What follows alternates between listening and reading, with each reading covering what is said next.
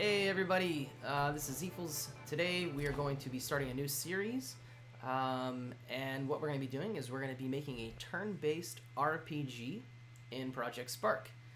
There are some tutorials on how to do something like this, but I feel like I just want to make the entire game with you guys.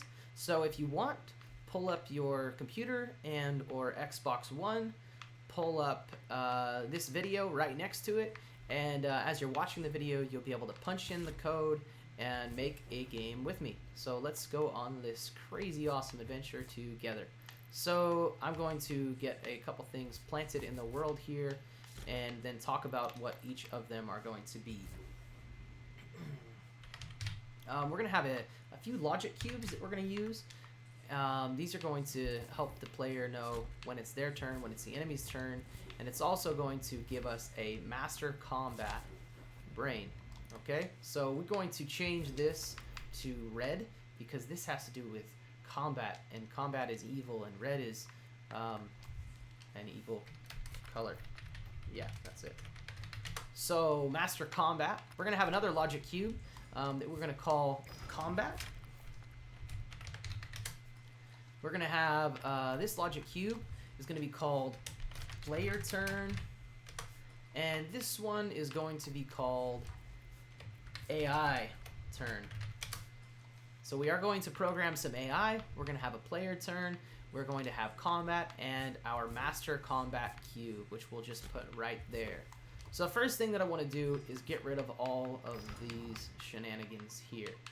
We are going to display a meter of some sort. I do want to be able to move, and I do want to be able to interact, but I don't need to be able to dodge roll. Okay, so we have a follow camera here, pretty basic, but as I said, the first thing we're going to be doing is getting all of these objects ready to be molded into a turn-based RPG. So in both of these objects, it's going to be important that we rename our pages. So this is going to be called main. Okay. Then this one here is going to be called, we're just going to say values. Okay. Oh, controller came unplugged. So this one is going to be called values. All right. We're going to do the same thing with this little dude here. We're going to rename page main and rename page values. Okay, so we do want to start this guy on team 1, so let's do call, and the reason I'm doing this, I will I'll tell you, because some people do not do this, and it's just a good practice. Okay, so first thing, this once code is saying, hey, one time and one time only, we're going to call this page. Call page means we're going to go to this page and come right back. If it was switch page, it would go here, and it would stay on this page until it was told to go to another page. Call page means, hey, you're going to run this line of code, you're going to go here, come back to the line under. Now we're on line 2. Now what do? We do all of this, and we no longer go back to once. Again, call page does this. Only like super duper fast, okay? So we are on team equals 1, and here it's only going to run all the code once, so having that once code there is just, we're asking our computer to do work that it doesn't need to do. So let's do the same thing over here. We have, let's see, values. We need this here. We don't need the once code, and as you guys know, because of what we just said, we are going to call page values. Okay, call page values. Okay, so all this goblin knows is that he's on team 2. Okay, now what we want is we want to say, okay, we're already in combat. There's going to be a wandering mode, right, where you just wander. Maybe you step on some grass. While you're on the grass, there's a random chance you'll enter combat, and all of a sudden, that happens. So it plays some sort of cool, like, swirly screen, and you're right here. Your enemy's right here. For now, it's going to be one-on-one, but we need to tell our characters somehow, hey, you've entered combat. So what we're going to say is we're going to say add brain, add brain. We're going to add objects in world picker, this brain called combat, and we're going to use 2 slot. Let me tell you why. I don't see a lot of use of multi-brains right now, and because of that, I think when people do use multi-brains, they kind of goof up. I'll tell you this. Once means this is only going to once ever come over here. But if you look in the description of once, you'll see that it's like very, very emphasized on that. Boom, run once ever, no matter how many times you switch pages and back again. This is your tile. Get it? Once, one time. Okay, that's very nice of Team Dakota to be that specific with us. However, that description was made before campaign tiles were introduced. Now that campaign tiles are introduced, what you need to know is once ever when this world is loaded. So if we were using campaign tiles and we could come back into this world, this character is going to add this brain with this line of code. It's going to add this brain multiple times. So what we're going to say is we're going to say to slot. We're going to call this combat. Okay, to slot combat. The reason we're doing this is this: your character's brain basically has a bunch of parking spaces. Those parking spaces are called slots, right? Now, if you're driving a car and you go to park in a space that's already occupied, what happens? Well, the cars are going to be mashed, and only 2 cars are allowed. I mean, there are going to be 2 cars in that parking space, right? But the way that slots work in PRpject Spark, imagine you had a parking lot and you had 10 parking spaces, okay? If you want one car, which is the brain, to go into one parking space, what it's doing is it's pushing the car that's already in that space out of the space and bringing it back in, bringing the new car in, okay? So this is basically saying your brain has, let's say, 5 slots that you're using, okay? Before this brain is added, the brain that's already in that slot is being pushed out of this character. So what that means is if we run this code 1,000 times, it doesn't matter. There's still only going to be one combat brain. If we do this and we run the line of code 1,000 times, your character is going to have this brain in it 1,000 times. So this makes it so that your character can only and will only ever have one combat brain. Okay? So very, very simple. We're going to do the same thing in the goblin brain. Add brain combat to slot combat. Again, this is because we're assuming that our game already knows we are in combat. So now, because we've done that, we don't really need to add anything into these main pages, okay? Because we are adding this brain, okay? When we add this brain, what we need to do is we need to do a few things. We need to make some booleans, okay? So we're going to say once, when you first enter combat, we're going to call the page. And again, both characters will be doing this, right? Because they both have this brain, which actually we need to make sure that I already do this. Brain template. This is a template. So this is not doing it in and of itself. This is only happening when this cube is in another object, okay? We're going to call page, we're going to say values. I just did it the long way. And then rename page values. And we're going to rename this page charging. The reason why is when we're on this page, this is when we are charging, okay? Charging, basically what that's going to be is we're going to say when you enter combat, charging equals true, and your charging is your energy, essentially. When is it your turn to go? The way this turn-based combat is going to work is you're going to have a bar that fills up. As this bar fills up, if anybody else's bar becomes full, it becomes their turn. And when it's their turn, nobody else is charging. Does that make sense? So charging, we're going to say a new variable called energy incremented by, we're going to call this speed, okay? Incremented by speed. And this since we don't have a time here, this just means every single frame. So 30 times a second basically with PRpject Spark. So 30 times a second it's going to run this line of code. Now we don't have speed. We don't have that. We need speed. So what we're going to do is we're going to come here and we're going to give both of these characters a speed value. A character, his speed is going to be 1, and our goblin, his speed is going to be, let's say, 0.75. We don't need that. 0.75, okay? So we have 2 speeds here. Each of them are going to use their own speed. Now, wait, let me ask you this though. Do we need to put global here? We do not need to put global here. Global, I feel, is an awesome tool that is abused very often. Global takes a lot more power than not using global. it's basically, if you're using global, it's making one object ask all of the other objects in the entire world, do you have this value? Do you have this value? Do you have this value? And that's just unnecessary work. So what we're saying is we're using a local variable. Why are we using local? Because this player is adding that brain, it's going to know what speed is. When this character adds this brain, speed is going to be 1, right? When this character adds this brain, speed is going to be 0.75. So this speed is relative to whatever character has this brain. And of course, because we're in combat, they are both going to have this brain. So when charging, this basically means equals true. Okay, we don't need to put that here, but I want to show you that this is the same thing. We don't need it here, but I'm putting it here so you understand. Charging equals true. This boolean is on or off. This boolean is on. So when it's on, energy incremented by speed. Now we're going to do one more thing before we end this video, and we are going to display our energy, okay? So display meter, we're going to use a meter. Display meter energy max, we need a max though, okay? So our max is going to be a new value that we call max energy. All right, display meter energy, max energy, and we're going to say above. That's going to be above whatever this object is, right? That's fine, because it's going to be inside of the goblin, and it's going to be inside of our villager there, okay? Display meter energy, max energy. So what is max energy?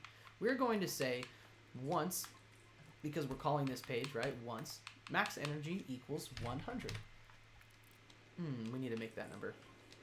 We don't know what 100 means. 100. Max energy equals 100. So energy incremented by speed when charging equals true. Now what we're going to say is when energy greater than or equal to max energy, we're going to do a few things. We're going to say, we're going to find an easier way to do this later, but what we're going to say is we're going to say for each of allies, so for all of my allies, and for each of enemies, for all of my enemies, for all of my allies, for all of my enemies, it basically saying all of these characters are going to do this. If I'm talking about my first ally, it charging equals false. So it's no longer charging. We're going to do the same thing with enemies. It charging equals false. Okay? So for each of my allies, it charging equals false. For each of my enemies, it charging equals false.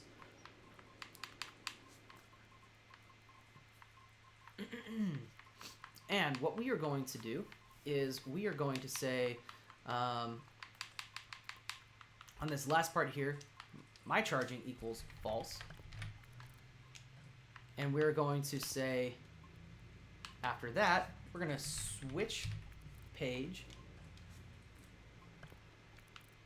or we'll call page. We're going to call this my turn. I like to capitalize my page names, okay? So new page, rename page, my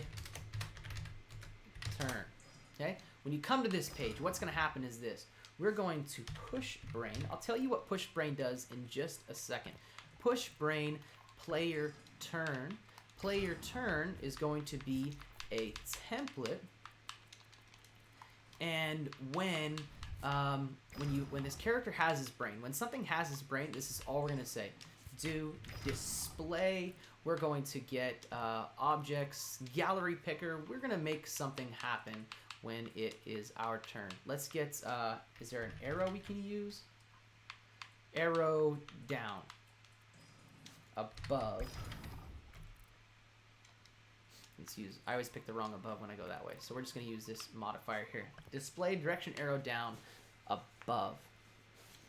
So what it's going to say is it's when we're that player's, when it's this player's turn, it's going to display an arrow. Okay? Now, when we press, we're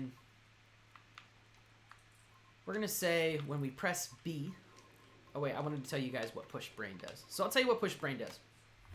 Right now, this character has 2 brains inside of it, essentially. Okay, I mean, it's hard to explain all of it, but basically this character has its default brain. It added that brain, so it has these 2 brains, right?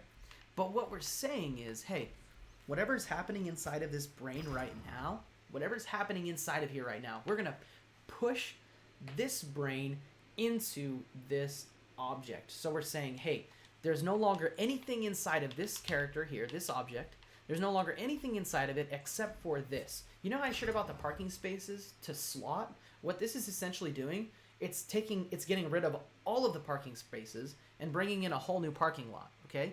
Now, we pushed it, so it still knows what that first parking lot is, but this is basically bringing a new parking lot into it, okay? So let's say we had 9 out of 10 cars in our parking lot, okay?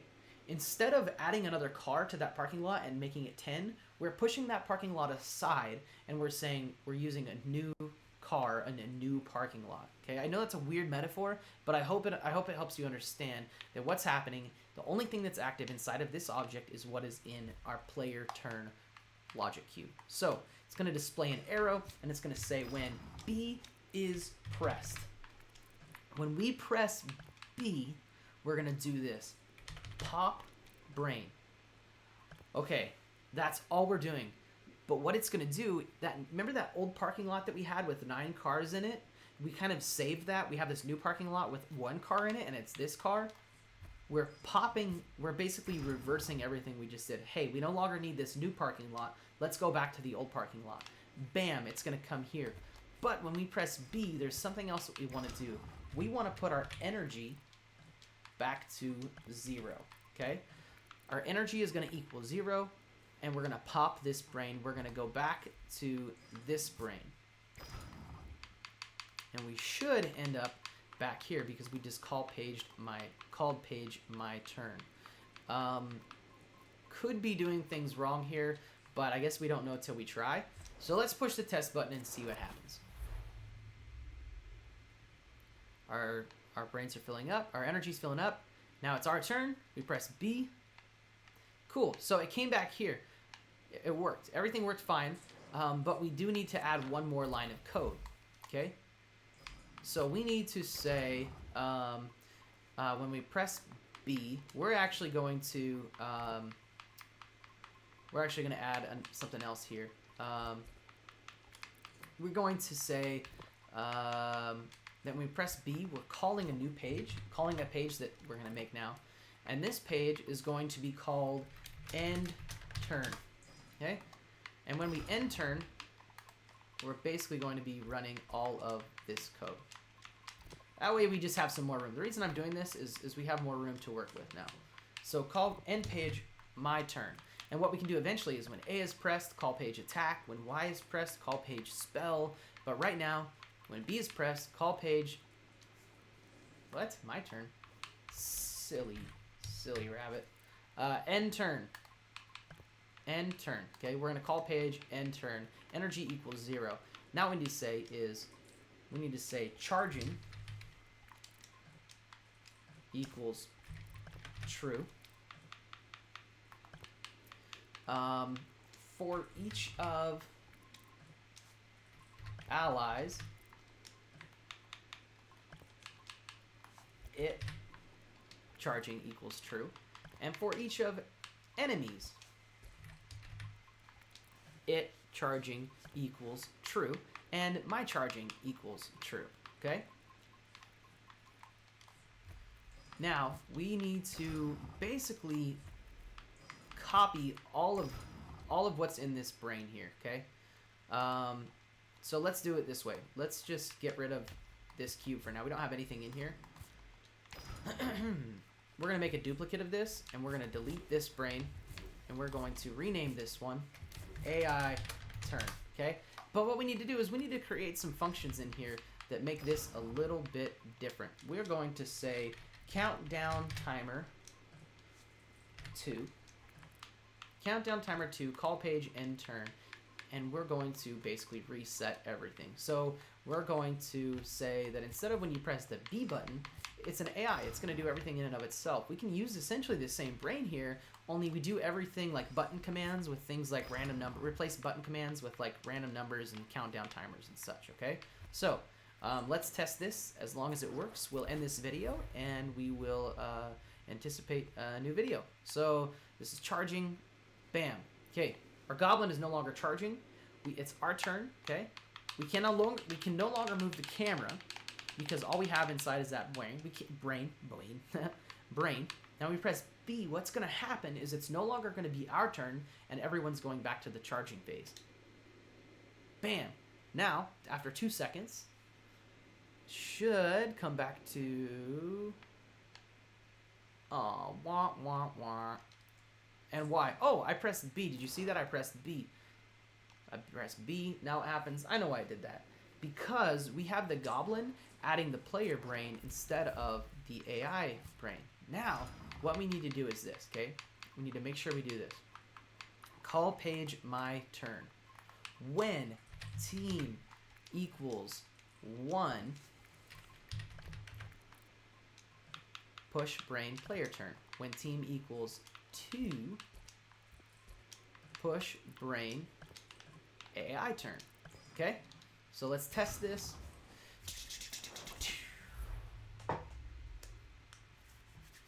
And bam, we press B. It's the goblin's turn. 1 Mississippi, 2 Mississippi. It's now our turn. Well, it's back to charging phase, okay? So right now it's just 1 versus 1. Just 1 versus 1. But we could easily add more characters to this. And we will be doing that soon enough. Do not worry. But we're also going to show you what this master combat brain is going to be for here in a little bit. But thanks for checking it out, guys. If you like, please hit the like button. Please subscribe and keep your eye out for more Project Spark tutorial videos on how to make a turn-based combat system. And really, we're going to make the whole game together. It is going to be fun. See ya.